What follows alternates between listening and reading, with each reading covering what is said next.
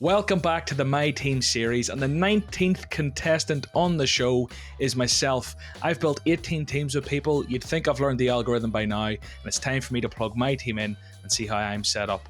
This is my kind of getting towards final draft territory, but we're going to see. There's always room for tinkering up to the deadline. I'm joined by Will, who's here to critique and question my picks. The roles are going to reverse today. I'm in the hot seat. Will, how are you? Are you ready to grill me? Yeah, I'm good, mate. It's good to be on the other side for once. I'm looking forward to seeing your team. Yeah, no better man. The original host of the channel, and he comes to take the seat back. And then you're going to be the final episode of the series with your final team. So if anyone is wanting to give Fantasy Football Hub a crack, click the link in the description. There's 50% off at time of recording, and you can go over and try the My Team feature without even signing up. My goalkeeper, Will, do you want me to tell you? Go for it. So I've went for Aaron Ramsdale at 5 million. I was very, very tempted by Ederson here. I think I like Ederson. I think I like having the exposure to Man City's defence outside just Cancelo. But I think Ramsdale with those fixtures, Bournemouth, Fulham in 3 and 4 are just going to be amazing, hopefully. Arsenal, I think with Saliba coming in, it's going to be hard for him to fit in with Gabriel there and White. But I do think Saliba really adds a lot there. And I just think there's more clean sheets. Yeah, I can't argue with that one at all, to be honest. He's been in a lot of my drafts. It's one of the positions I'm not sure on either, but I'd much prefer him over Ederson. I don't really see the logic in going Ederson. Yes, I know that he's come down in price slightly, but I think that Ramsdale has got a very good chance of outscoring him for 0.5 less, also like a lot of the 4.5. So yeah, great start. Like Ramsdale pick a lot. The next one's a pretty boring one, to be honest. It's Ward at Leicester. There was a lot of people just picking random 4 millions early in the series, but I think Brendan Rodgers has praised him a bit. Brentford first game week. Unfortunately, he would still be on my bench with Ramsdale up against Palace on Friday night. Yeah, all looking good so far. The one thing, if you are tempted to go for Ward and a 4.5, him and Sanchez have a really, really good rotation. Although again, sometimes keepers, they get the highest score when they've got the more difficult fixture. So, I think having Ward on the bench and going Ramsdale as your 5.0 makes a lot of sense. But that's great for people out there who have gone Ward and maybe 4.5. Maybe you're sat on Raya from early days. Maybe have a check out Sanchez for the rotation. Yeah, absolutely. But that's obviously dependent on Ward being number one come game week 1. So we have a few more days of data to kind of look into and press conferences. But on to my defence, and I'm going to be honest, there aren't many massive surprises here. I think these guys all just pick themselves, to be honest. I think Trent goes in, his shirt's behind me on the wall. I'm a proper Trent fanboy. He's revolutionised the right back position. He's revolutionised FPL. The attacking output maintains year after year after year. No brainer. Best points per million buy, in my opinion, and that's why a lot of my defensive picks will be based off that. I just think the value per million, I just think get the value in defence. I think we've a green light to do it this season. Maybe in seasons gone by, I felt guilty kind of putting too much here, but this year, yeah, all guns blazing. Big at the back is where I'm going. Yeah, absolutely. I don't think there's much to say on this. I think if you're going without Trent, you're overthinking, but simply, he's an FPL beast, and I think it's been said lots on this video stream, but yeah, definitely underpriced. So yeah, great pick. Next, I've got Robertson, his wee mate. I love the idea of having them both. It's not something I've done in previous seasons. I'm not going to say this is nowhere near differential by any stretch of the imagination, but it is nice having the two of them. A lot of people maybe haven't found room for Robertson because they've got Trent, and they kind of justify Liverpool cover, and maybe they go big at the back elsewhere here with the likes of Perisic, James, Cancelo. Maybe they've chucked in a Diaz or a Laporte or someone like that. But Robertson, for me, no brainer. Outperformed Trent in the latter half of last season, albeit he overperformed his stats massively, and Trent kind of underperformed. But I think having both these guys, I've said it throughout the season, throughout the series, that having both of them will just make watching Liverpool so much fun, because if it's not coming from the left, it's coming from the right, and wherever Liverpool are building their attack, you'll have your eye on a player, and you'll be hoping for something. So it's FPL meta, it's the FPL optimal start for me, but equally it is great for watching football, and sometimes those two things don't go hand in hand. In this case, they definitely do.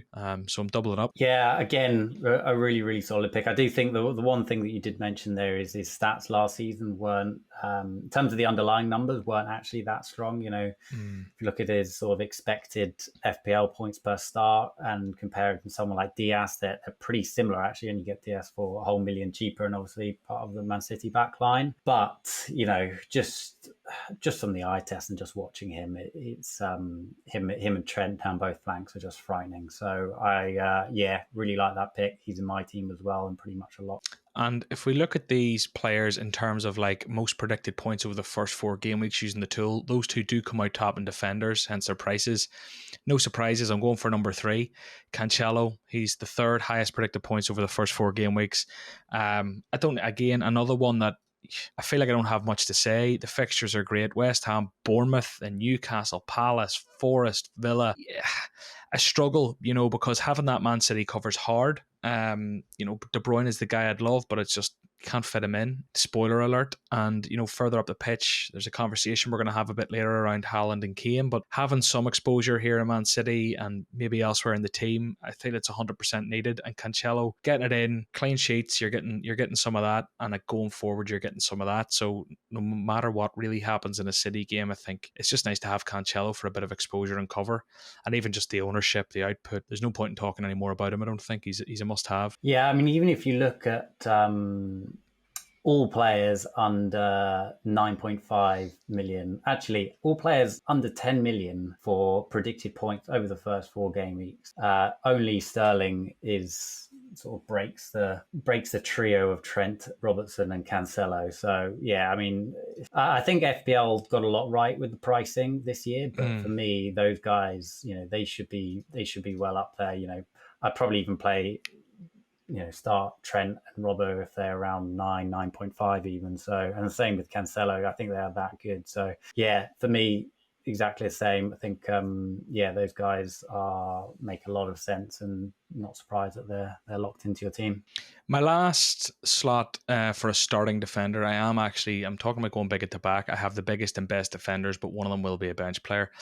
Reece James comes in. Again, Chelsea's defence, a little bit questionable in pre-season. Koulibaly, a great sign, and we'll see if they can sign someone else. But I think, like with Reece James, the beauty of this is, again, covering myself to an extent. I don't have Mendy, I don't have Chilwell, who obviously is going to have a bit more competition now. I think James is the best way into that back line at Chelsea, is the attack and output. I'm covering myself for Chelsea clean sheets, and equally, he could be involved in anything they do going forward. A little bit of an unknown this season how they'll do in the early game weeks, but I think Reece James has proved himself time and time again. He could go out and shoot a 15-pointer, and I'd really hate not to have him. So a lot of money into the kind of starting defence there. 5 million for the keeper, Trent, Robbo, Cancelo, James, but I can just sleep easy knowing that they will churn points every single week in my head. At least one of those has to hit each week. So I like the pick. I don't absolutely love the pick, and there are a couple of reasons for that. Some of them you mentioned there around Chelsea having a little bit of an unsettled back line. I also think that from a fixtures point of view, that they're not quite as good as people think. Certainly from a defensive point of view, which obviously what you want from. It's going to be the bread and butter of sort of Chelsea defenders. Although I admit Reece James has got a lot of attacking potential, but again, on that side, Chelsea's attack has looked a little bit disjointed in pre-season. So if you look at the fixture ticker on Fantasy Football Hub, Chelsea actually 5th from bottom in terms of defensive fixtures over the first 3 game weeks.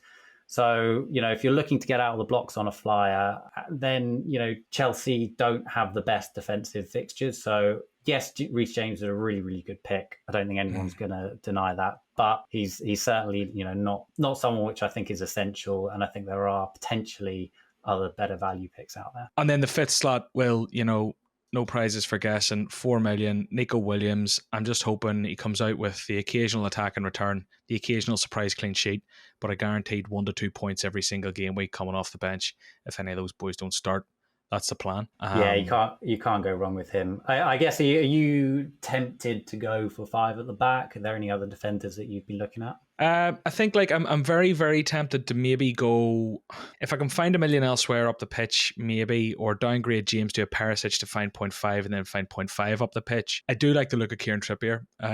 I think he'd be really good at Newcastle. He was really good before injury, and I think Newcastle have signed really well in the transfer window. I think they look like a completely different animal than they've. You think Newcastle, and we think with that bias of the last few seasons, that recency bias, that they're not that great, but I think that, you know, with all that money coming in, that's changing quicker than maybe we anticipated. So I think Kieran Trippier there on set pieces is just another one of these flying fullbacks. Big at the back, 5 million. I could see him coming in here, but there'd be a bit of a rejig. But we'll talk about that a bit later, because there's one or two players I've got in this draft that could maybe be downgraded to fund that. So yeah, we'll move on to midfield. Sounds good. Yeah, I just to say on Trippier, I really do like that pick. Nottingham Forest first game, you can see him absolutely starting off to a flyer. You know, Manchester City and Liverpool in the first 5 puts a little bit of doubt in my mind, but yeah, like that pick a lot. So in terms of midfield, I'm going to just lock him in quick to get him out of the way. Mo Salah, don't need to say anything. I think we've had one draft in the series, maybe 2, that have been without Mo Salah. It's a no-brainer. FPL pedigree. He's 13 million, but could arguably still be one of the best value picks in terms of, you know, guaranteed points. With Mane out of the Liverpool, he's even more of a talisman. You know, he really is the leader of that front line now. Not that he wasn't already. I'm just trying to find things to say, to be honest with you, Will. Mo Salah, locked in captain game week 1. It's as simple as that. Yeah, just get him in. I mean, to be honest, I have, believe it or not, I have been playing around with a few possibilities of going without him, but then I just sort of slapped myself in the face and put him back in. The argument against is probably that you don't necessarily need him for captaincy if you go with a premium Spurs and a premium City. But yeah, especially the fact that he just gets off to an absolute flyer every single season, it seems like it's just not worth the risk. Like, I have really, really toyed with the idea of De Bruyne. I really like him. He's $1 million cheaper. That million can go elsewhere. The problem is, if you don't have the million in the bank, it's going to be very hard to pivot to Salah if you want to in a hurry, because he's the most expensive player in the game. But exactly. With De Bruyne, like, I think last season with 15 goals was his most in a Premier League season. He's got a couple of goals in pre-season already. Pep says he looks sharp. The big injury with De Bruyne has always been injury. And I do think De Bruyne, if he was fit for 38 games, I think he could outscore Mo Salah. I really do. I think he'd be right up there. We've seen how many assists he's got in the past, the amount of goals he brought last season. I think this will be a humongous season for De Bruyne, and I have no doubt I'll pivot from Salah to him at some stage. I just don't think game week 1's the time, do you know? That's kind of where my head's at. Yeah, no, I'm a big De Bruyne fan, but in terms of just being a fantasy beast, I don't think, you know, it's worth the risk going without Salah from game week 1. So Salah's locked in. If we're looking at other players in this team who are going to start, speaking of De Bruyne, going for a budget guy who'd be playing beside him, Jack Grealish. I just think with Jack Grealish at 7 million compared to the likes of Foden and Mahrez at 8 million, I think Grealish is relatively nailed. Links with Bernardo has been linked off to Barcelona, I believe. So I think that only helps Grealish's cause. Cucurella, I think, is off to Chelsea now as opposed to Man City. I know he's like a left wing back, but maybe there would have been something there where he pushes a bit forward. I think he might have played a bit further forward younger in his career. I could be wrong. But anyway, the threats are kind of disappearing for Grealish. There's been a bit of an exodus there with Sterling and Jesus out. I think he plays more minutes this season. That's the overall point I'm trying to make. And I think if you're getting a 7 million guy who plays, I think he'd feature in every single game for Man City. And I keep having this debate with myself. Would I rather pay 7 million for a guy who plays 30 minutes, all but guaranteed every week for City at least? Or would I rather pay 7 million for a guy who plays for a lower half team who's 90 minutes a week? I still think Grealish can outscore that. So I think this will be somewhat of a breakout season for him at Man City in his second year. I just really like him. And it gives me cover on that City, you know, on big City halls. I've got to admit, I really like Jack. I've been looking at him myself quite closely. I think you're right. You know, historically, Pep's signings always seem to do a little bit better in the second season than they do in the first season. So, you know, he's learned the system. He's been ingrained to the other players. He knows what's expected of him. I think if you're going to go for one of these City mids, which, you know, the likes of Mahrez, the likes of Foden, the likes of Jack, you've got to be prepared, which it sounds like you are, to be fair, that they will get, you know, a 20-minute cameo, a 30-minute cameo. And they can do well in those cameos, but you just got to know that that's going to happen and then not knee-jerk them out, because as soon as you knee-jerk them out, the next game they're probably going to get, you know, an 80 minutes and go and score a brace and you're going to be kicking yourself. So as long as you go in with that mindset that yes, Jack might get me the occasional 1-pointer, but he's got a big haul in him. And over the course of, 5 or 6 games, he's going to outscore someone, the likes of a Saka or what have you, then yeah, I think he's a great pick. My third pick, if we're going down in terms of value, is Martinelli. No brainer, assuming he plays, and I think he's all but guaranteed now with Smith Rowe not featuring. So yeah, I think it's just a great value pick. And I've sorted here on Hub by 7.5 million midfielders and down, and he's top at only 6 million, which kind of shows the value. And even if you look at all midfielders, he's coming in 7th spot, surrounded by guys who cost up to 3-4 million more. So yeah, Martinelli, no brainer for me. Gotta say, John, I'm getting a little bit worried by this draft. It's looking very, very strong. Yeah, Martinelli, another very, very good pick. I think same logic to you. A slight doubt was over Smith Rowe, but it's looking like certainly for the first 2 or 3 game weeks, which especially this season, we're really looking to attack the early game weeks. And I think a lot of people are looking to play an early wild card. Then, yeah, Martinelli is looking like a very, very strong pick. And, stats last season, fixtures, value in terms of the price point. Everyone's expecting Arsenal to get off to a good start. There's potentially a slim chance that he's on penalties as well. There's a lot going for him at 6.6 million. You can't go too far wrong. It's funny, Will, because this is the 19th episode. I've had 18 conversations and then some more for other videos with people building drafts, talking teams, using the My Team tool. So I'm afraid if this draft comes out really good, people will think I'm gaming the system and I know the tool inside out. I promise this is looking very close to what my game week 1 draft is, and I've no idea where I'm going to come out in the table. But obviously, I've seen this in action. I know what players people are thinking about. I've been in the trenches, so maybe this does come out pretty template, but that's probably for good reason.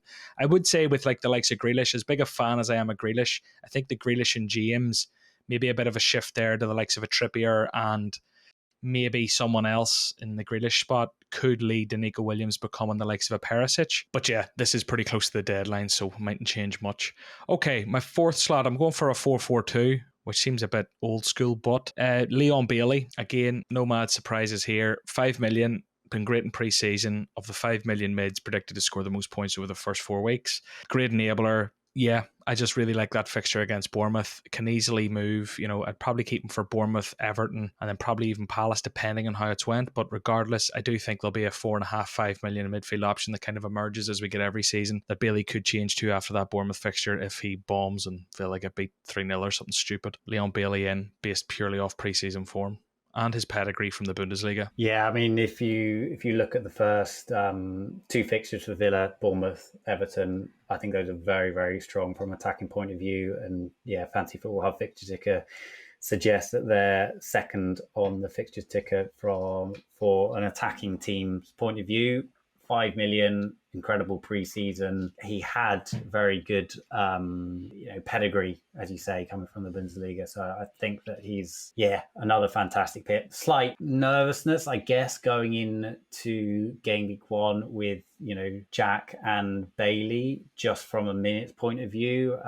You'd think Bailey's going to start game week 1, but, a slightly iffy performance, and, Danny Ings could be knocking on the door, because I'm not 100% sure, but I think that he's pretty much keeping Ings out of the team. So, and obviously Ings is a fantastic player. And my worry with having sort of a Bailey as a regular starter in your FPL team is that threat that his minutes could get reduced if he doesn't get off to a good start, which, I think he will, but there's always that slight hesitancy there. And the other potential issue with that is there's not really too many 5 million midfielders to jump to if he loses his starting place. I hear you. Maybe it is a bit risky there with Grealish and Bailey, and maybe it is a case of rejigging with that James. James is the guy who'd make way for the Trippier, finding a million instead of maybe you could maybe strengthen Nico Williams then, and you've kind of got a bit more depth in case guys are rotated entirely. But I do think Bailey starts the season. I think Grealish starts the season. I think we'll be okay for game week 1, and then we can kind of reassess. And I think it is kind of about attacking the season. So the 5th midfielder, who is boring-ish as well, is Andreas. Just came back from Flamengo, where I think he did okay. He was at United, never really did it there. Moments of brilliance, or moments where we've seen a bit of his true colours, but never really had an extended run in the first team by any means. But look, Fulham could be a new sort of place for him to shine, and he should get 1 to 2 points every week, and that's all I can ask. If him and Nico were on the bench with 1 to 2 every week and occasionally getting an attack in return, I think that's a good place to be in terms of depth whenever you've got picks like Grealish and Bailey on the pitch. I don't think that's any shock to you. Yeah. No, I like that a lot. And in general, I like the 4-4-2 setup that you've gone for. I think that it's the best setup to go into the season from sort of a structure point of view in terms of having that flexibility and the different price points. I do really like the 4-4-2 setups, and each of those individual picks I really like as well. Looking very strong. So we move up top. I'll go from cheapest to most expensive. Again, the surprise, or not maybe a surprise, but the controversial pick will be the conversation around Kane or Haaland. But in here, I've got Archer. I just kind of like the pick. I think with Greenwood having such ownership, if he doesn't really do much and people are being aggressive and early wild carding or changing, maybe there's the risk he goes to 4.4 in value early. I think Archer might hang on to his value a bit more. But then you could argue by that logic, I should go for a proper left field pick. I just think Archer's the nice balance of a slightly lower ownership, but also a chance of minutes. I'm picking Archer because he looked decent in pre-season. He might get a few minutes and he's not going to drop in value. It's as simple as that. Yeah, I've got to say, just the way you've explained it there, I think that I'm tempted actually, because Greenwood, people are picking Greenwood because he's the likely to get the most minutes, but realistically he's not going to get anywhere near your team. So there's a real risk that he does go down in value for as people begin to transfer him out. Maybe there's a cheap forward that begins to bang early season. People switch from a 4-4-2 to people switch from a 4-4-2 to a 3-4-3, and then they're looking to transfer Greenwood out, not because he's done anything wrong, but just because they're looking to get 3 forwards in their slots. So he could go down in value. So I think it makes a lot of sense going with Archer. Yeah, and you could go proper rogue and pick up like Scarlett or something, but you could be blocking a premium slot there, or even like Gale or Plange or something. But with Archer, there's always the outside chance of a wee cameo, maybe a goal. But that's that one. On to the next one. Most selected player in the game, and he makes my team too. Gabriel Jesus. Tore it up in pre-season. Arsenal great fixtures. Do you want anything more from me, or is that enough? Look, I've had Jesus, and Martinelli in my team quite a lot as well. My one hesitancy with going with both of them is that Crystal Palace are pretty good defensively, so that first fixture isn't screaming to me that they'll get lots of goals. And then Leicester, again, I know that they've lost Schmeichel, but it's not as if they've suddenly become a terrible defensive team. So those first 2 fixtures are, a little bit meh from sort of an attacking point of view. They do get better from that point onwards. I've been looking at doing the double up in Arsenal attack myself, and I may still go that way. I think that's my latest draft, but that's the slight concern I have. Have you got any concerns about that, or you're good to go? I think Arsenal will still blow teams away. I think it'll still be. I still think they'll get 2-3 goals against Palace and Leicester. I don't think they're going to struggle to score. The counter to that point is that I do think they could be quite free flowing games based on how Arsenal play, and maybe Ramsdale isn't going to be the best clean sheet candidate against Palace or Leicester. But I just really back Arsenal getting into the season to be a really, really good team. It's as simple as that. And even just having them in early, seeing how they get on, I'm kind of going to have to keep them until game week 5. That's probably the earliest I could justify getting rid of them with Bournemouth and Fulham. So maybe Martinelli could be a different pick. Again, if we go back to the whole point that I made about that James down to a Trippier, Martinelli down to a Neto, maybe that's $1.5 million in the bank to go Nico Williams to Perisic. That is something I'm seriously considering, and that takes away the kind of risk that you're mentioning there. But I don't know. That's going to be a 10 minutes before the deadline call, I think. Full of regret, no doubt. So $11.5 million in the bank. And if anyone's been following the series, been following the channel pre-season, you'll know that I'm team Harry Kane. And there's a few reasons now. I know Erling Haaland. I am a big Erling Haaland fan, but ultimately I do think there's risks there. I think there's risks around the Bundesliga drop-off, albeit it didn't really show signs of that against Liverpool with his XG, albeit he missed a couple of decent chances, but his XG was still there, and you'd bank on him to sort of fulfill that XG going on into the season. He'll have a ton of chances. I think Haaland will do amazing. I just think Harry Kane under Conte, because he's been so dominant from a stats point of view across the whole league as under Conte, and I think really good pre-season. The whole team looks sharp. They've strengthened. I just think Spurs are going to be absolutely insane this year, and Southampton first game week, I just can't not do it. I can't bring myself. I really, really want Erling Haaland as well, but when I look at this, it ultimately comes down to, it's as simple as this. If I pick Haaland and he blanks, I'll kick myself that I didn't go for Kane because because I believe in Kane so much. I think the correct decision is Harry Kane. So I'm picking Harry Kane. And then if it doesn't go right, the decision was correct and I can sleep easy. And if it goes wrong, I can always pivot to Haaland in game week 2 for that Bournemouth fixture.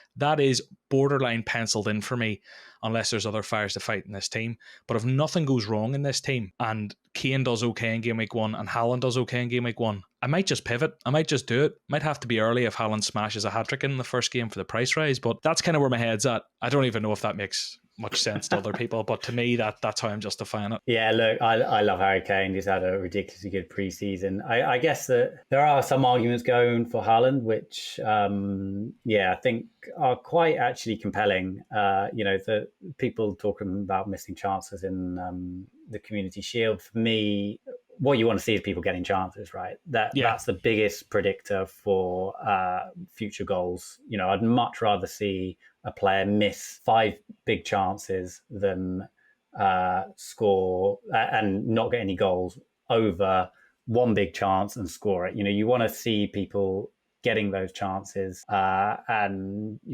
we've done a lot of data, a lot of research on this. Part of the ratings and the predictions on the platform is that, people who take a lot of shots get a lot of chances, whether they score them or not. That's the biggest predictor of future return. So for me, watching that Community Shield, I know he's a bit of, rough around the edges, but at the end of the day, he's an absolutely quality player. And the fact that he started, the fact that he got a lot of chances, those were really, really important factors for me. And, people talking about the switch from Kane to Haaland from game week 1 to game week 2. You could look at it the other way and think, actually, I want Kane from game week 3 because they've got some really, really nice fixtures from that point forward.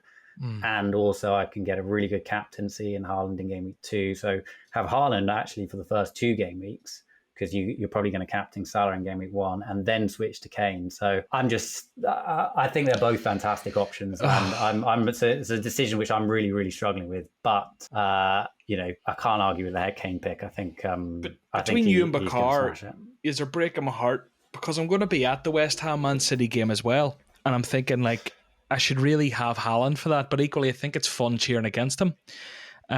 Someone else got the tickets. I'm not sure what end I'm in, but I'm just, so torn. This is my team now, but I think this is going to be one of those where I kind of FOMO in the last 30 minutes up to that deadline and maybe tinker a small bit. This is where I'm at. I think it will do well. The reason Grealish is there is because I don't have Haaland and I want exposure to that attack. I didn't want to say that at the time to kind of give away what was coming, but that was a part of the Grealish choice, because I know there are other decent options around that price or even cheaper. I just felt like if you're not going Haaland, you need some sort of City cover, and that's why he's in there. But look, this is my team, Will. I suppose we should run it through, see what rating we come out with. And if you're playing FPL with all your mates this season, win that mini league or get your money back from your Fantasy Football Hub subscription. There are T's and C's that apply to that, but check it out with the link in the description, and there's 50% off now if you sign up today. 99%. Well, this thing's bloody fixed. The guy who works at Fantasy Football Hub YouTube has just got 99% on top of the table. Does this look fishy or is this funny? I don't actually know.